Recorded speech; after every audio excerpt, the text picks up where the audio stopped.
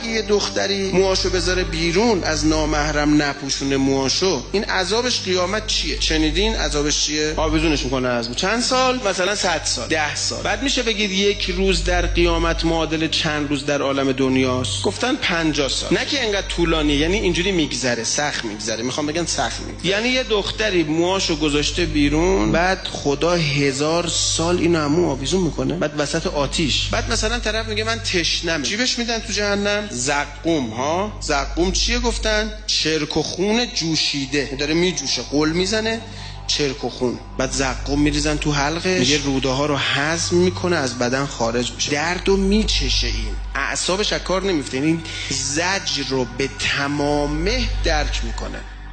بعد میشه عاشق این خدای شد؟ خب اگه خدا اینجوریه که داعشی خیلی آدم خوبیه، اینقدر دیگه کسی اینا اذیت نمیکنه، اینا هیچی نیستن در برابر اون عذاب. وقتی خدا رو اینجوری نشون میدی، خب اینا کاراشون توجیه داره دیگه. میگن این خدا میخواد ببره 100,000 سال آویزونش کنه، حالا ما 100 آویزونش کنیم. خب حالا منطقیه این حرف؟ اینه یه چیزی رو میخوای به خدا نسبت بده، تش نمیفهمی بگو من نمیدونم. بابا یه خدا درست کردی اون بالا، جلادام اینجوری نیستن بابا. 24 ساعت که یارو زجرش اومد یه روز، 2 روز، 1 ماه، 2 ماه، 1 سال اعتراف کنه، تش تمومش میکنن. یه تیر بزن تو بغض یارو رفت، یا ولش میکنه میگه برو. 1,000,000 سال یارو آویزون میکنن که موهاتو نامحرم دیده.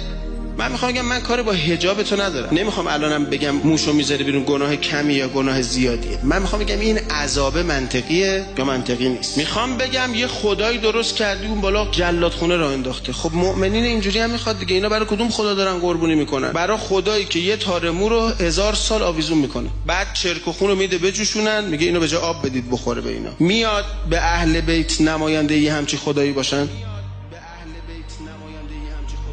اهل بیت اومدن آینه خدا باشن. من بعید میدونم اهل بیت آینه یه همچی خدایی باشن. پیامبری که سنگ بهش میزنن میگه اللهم ارحم قومی فانهم لا یعلمون، نماینده این خداست.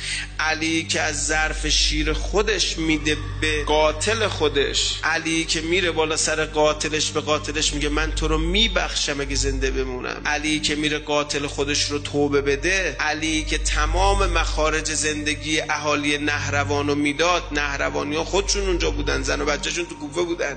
این علی اومده آینه خدایی باشه که 1000 سال یه دختر هم موش آویزون میکنه؟ نه اینجوری نیست. این علی نمیتونه نمایش اون خدا باشه. خدایی که به خاطر اینکه یه دختر 4 تا تار موشو گذاشته بیرون گناه صغیره رو میخواد 100 سال آویزونش کنه، این فاطمه آینه اون خداست.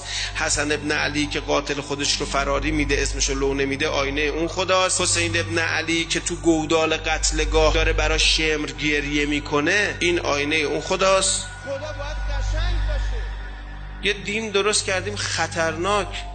هر کی به یه قدرتی میرسه سریع شروع میکنه سلیقه خودش رو از دین اعمال کردن. به چه حقی اعمال میکنی سلیقه؟ بعد میگه اینه که ما میگیم دینه، هر کی خلاف این بگه خلاف دین گفته. کی گفته اونه که تو میفهمی دینه؟ این فهم تو از دین. آقا خدا قیامت یقه ما رو میگیره میگه تو چی کاره بودی رفتی گفتی دین اینه؟ به تو چه ربطی داشت آخه؟ نامه داده بودم بهت، ملک به تو نازل شده بود، چی بوده؟ هیچ مرض داشتی؟ نمیگفتی میمردی؟ یه اعتقادی داشتی مال خودت نگه می‌داشتی، پیش منم حجت داشتی میگفتی من اینو فهمیدم. اما این که این فهم تو رفتی نشر دادی، بعد جلو فهم دیگران گرفتی، بعد با فهم دیگران رو تکفیر کردی، بعد حکم اعدام دادی برای دیگران، خدا میگه خود تو چی کاره بودی این غلطا رو کردی؟ چی میخوای جواب بدی؟ کسی از پیش حضرات معصومین نیومده بیاد بگه معاد اینه که ما میگیم غیر از اینم نیست. آقایون فهمشون از معاد میگن معادم جز اصول دینه، اصول دین ما عقلیه، هر کس باید فکر بکنه برای خودش حجتی پیدا بکنه. قرآن و روایات هم اومدن کمک کنن شما بتونی بهتر فکر بکنی. به هر نتیجه‌ای هم رسیدی پیش خودت و خدا مأجوری، تموم شد رفت. قرارم نیست همه به یه نتیجه برسیم، قراره هممون فکر کنیم.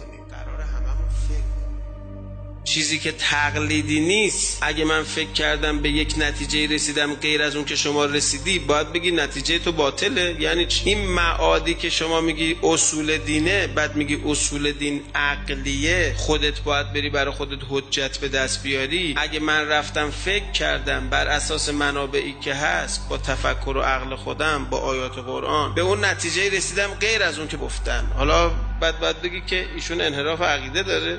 یه طرف میگیم تقلیدی نیست، یه طرف میگیم فکر کن اگه به اون که غیر از ما میگیم رسیدی تو انحراف فکری داری.